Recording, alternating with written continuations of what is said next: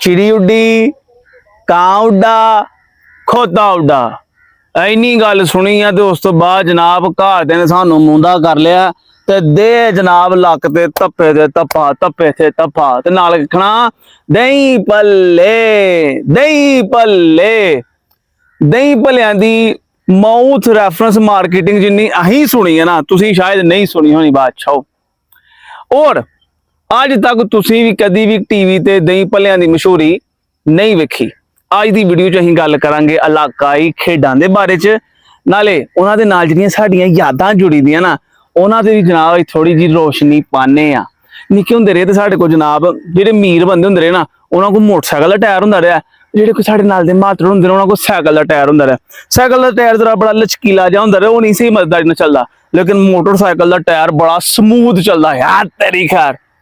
ते गली च टायर चलाना करना जनाब सोटी फड़ के तो कोशिश करनी कि किते नाली च ना पै जाए, पर टायर ने भी कहना कि उस्ताद तू जो मर्जी कर ला, नाली च मैं पैना ही पैना। तो भाई अंदर वो जिसले नाली च पै गया ना जिले, फिर उन्हें नाली च मजबूरी ते टायर कड्ढना ते खिच के इंज करके जमीन ते मारना ते जनाब उस चों गारा निकल आए। गारा निकलिया तो फिर कम चालू। जेडे लोग भी सरकारी स्कूलों च पढ़े दे ने ओह इतवार की अहमियत तो बखूबी वाकफ है ने। इतवार का दिन होना तो सवेरे सवेरे उठ पैना ते अम्मी को गालां खानी कि इंज तेरी अख नहीं खुलती ते इतवार वाले दिन तू साढ़े तो पहले उठ पैना। ते जनाब जिले घरों जाना या घर आना ते अगे अम्मी ने जनाब पुराने दौर सन कित्थे ही वाशिंग मशीनां जे हुंदियां भी ते अमीर लोकां कोल हुंदियां, साडे वर्गे मातड़ां कोल कित्थे ही। ते जनाब अम्मी ने थापी ना कपड़े धोंदे होना, हाँ तेरी खैर। ते जिले साबन थोड़ा रह जाना फिर वो साबन की कहंदे ने फर्श ते रख के उहनूं असर करके कुटना ते फिर ओहदे ते कपड़े धोने। उस दौर च मां दी चंड खाना सब तो वड्डा हौसले वाला काम है। वो भाई कपड़े धो धो के मां दे अंदर ते जनाब पहलवान वाली ताकत आ जाती रही है। खैर गल होर पासे तुर पई है यार।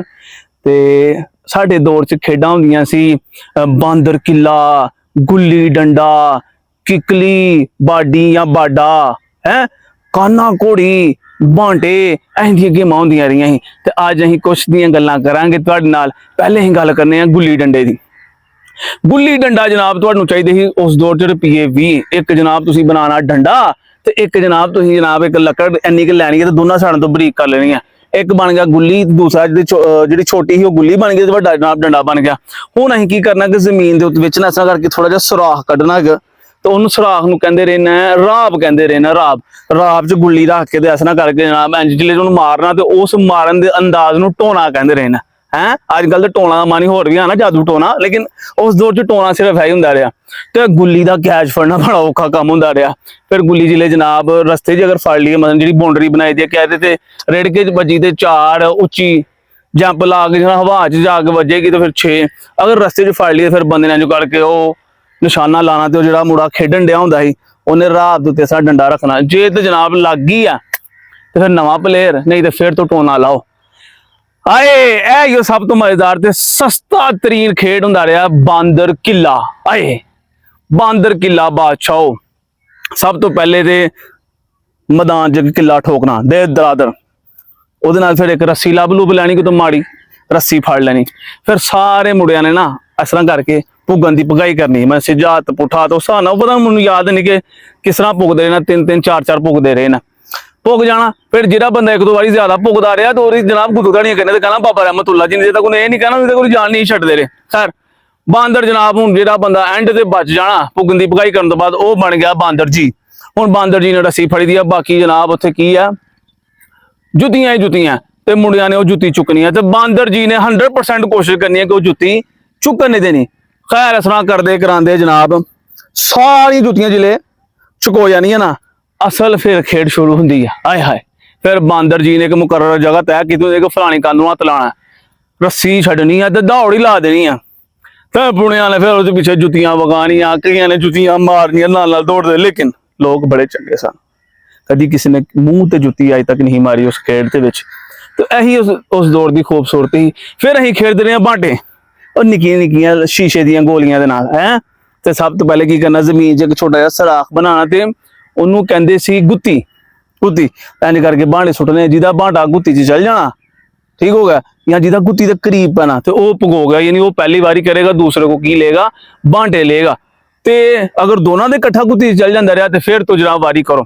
ਖੈਰ ਜਿਹਦੀ ਵਾਰੀ ਪਹਿਲੇ ਆ ਜਾਂਦੀ ਰਹੀ ਆ ਉਹਦਾ ਇੱਕ ਤਰੀਕਾ ਹੁੰਦਾ ਰਿਹਾ ਕਿ ਜਨਾਬ ਕਿੰਨੇ ਵਾਰੀ ਪਹਿਲੇ ਕਿੰਨੇ ਨੇ ਕਹਿਣਾ ਇੱਚੀ ਮਿੱਚੀ ਤੇਰੇ ਸਿਰ ਇੰਨਾ ਕਹਿਣਾ ਤੇ ਉਸ ਤੋਂ ਬਾਅਦ ਜਨਾਬ ਵਾਰੀ ਕਰਨੀ ਜਿਹੜਾ ਜਿੱਤ ਗਿਆ ਫਿਰ ਦੂਸਰੇ ਬੰਦੇ ਕੋਲ ਬਾਂਟੇ ਲੈਣੇ ਇੰਝ ਕਰਕੇ ਖੇਡਣਾ। ਜੇ ਤੇ ਧਾਕ ਹੁੰਦੇ ਨੇ ਨਾ ਬਾਂਟੇ ਤੋਂ ਉਹਨਾਂ ਨੂੰ ਅਸੀਂ ਕਹਿੰਦੇ ਰਹੇ ਆ ਕੱਲੀ। ਜੇ ਜੁਫਤ ਬਾਂਟੇ ਹੁੰਦੇ ਨੇ ਨਾ 2 4 6 ਇਸ ਤਰ੍ਹਾਂ ਕਰਕੇ 8 10 ਫਿਰ ਅਸੀਂ ਉਹਨਾਂ ਨੂੰ ਝੋਟਾ ਕਹਿੰਦੇ ਰਹੇ ਆ। ਜੇ ਕੋਈ ਖੇਡ ਦਾ ਕੋਈ ਉਸੂਲ ਖਰਾਬ ਹੋ ਗਿਆ ਜਾਂ ਕੋਈ ਗਲਤੀ ਹੋ ਗਈ ਫਿਰ ਉਹਨੂੰ ਅਸੀਂ ਕਹਿੰਦੇ ਕਿ ਰਲਾ ਪੈ ਗਿਆ। ਇਸ ਤੌਰ ਤੇ ਹੁਣ ਤੁਸੀਂ ਦੇਖਿਆ ਕਿ ਮੈਂ ਕਬੱਡੀ ਦੀ ਗੱਲ ਨਹੀਂ ਕੀਤੀ ਭਾਈ। ਕਬੱਡੀ 'ਚ ਹੁੰਦਾ ਕੀ ਹੈ ਝੰਡਾ ਖਾਓ ਤੇ ਝੰਡਾ ਮਾਰੋ। ਇਹ ਬੜੀ ਮਜ਼ਬੂਤ ਤੇ ਜਨਾਬ ਪੱਕੇ ਜਿਸਮ ਵਾਲੀ ਗੇਮ ਹੈਗੀ। ਇਹ ਆਪਣੇ ਵੱਸੋਂ ਬਾਹਰ ਹੈ। ਨਿੱਕੀਆਂ ਕੁੜੀਆਂ ਕਿੱਕਲੀ ਖੇਡਦੀਆਂ ਰਹੀਆਂ ਹੈ ਕੋਕਲਾ ਛਪਾਕੀ ਵੀ ਖੇਡਦੇ ਰਹੇ ਆ ਲੁਕਣ ਮਿੱਟੀ ਵੀ ਖੇਡਦੇ ਰਹੇ ਆ। ਅੱਜ ਸਾਹਸ ਹੁੰਦਾ ਕਿ ਜਿਹੜੇ ਅਸੀਂ ਨਿੱਕੇ ਹੁੰਦੇ ਆ ਕ੍ਰਿਕਟ ਖੇਡਦੇ ਰਹੇ ਤੇ ਇੱਕ ਜਵਾਨ ਭਾਈ ਆ ਕਹਿੰਦਾ ਰਿਹਾ ਯਾਰ ਇੱਕ ਬਾਲ ਤੇ ਖਿਲਾਈ। ਫਿਰ ਬੰਦੇ ਨੂੰ ਹੁਣ ਪਤਾ ਲੱਗਦਾ ਕਿ ਉਹ ਕਿਉਂ ਕਹਿੰਦਾ ਰਿਹਾ ਕਿ ਬਾਲ ਤੇ ਖਿਲਾਈ।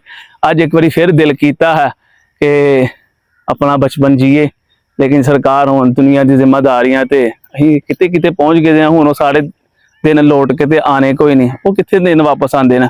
ਖੈਰ ਵੀਡੀਓ ਜੇ ਚੰਗੀ ਲੱਗੀ ਹੈ ਤੇ ਜਨਾਬ ਇਹਨੂੰ ਲਾਈਕ ਕਰੋ ਸ਼ੇਅਰ ਕਰੋ ਤੇ ਸਬਸਕ੍ਰਾਈਬ ਵੀ ਕਰ ਛੜੋ ਤੇ ਕਮੈਂਟ 'ਚ ਆਪਣਾ ਕੋਈ ਪਸੰਦੀਦਾ ਇਲਾਕਾਈ ਖੇਡ ਜਿਹਦੇ ਨਾਲ ਤੁਹਾਡੀ ਕੋਈ ਯਾਦ ਵਿਵਸਥਾ ਉਹ ਜ਼ਰੂਰ ਮੈਂਸ਼ਨ ਕਰੋ।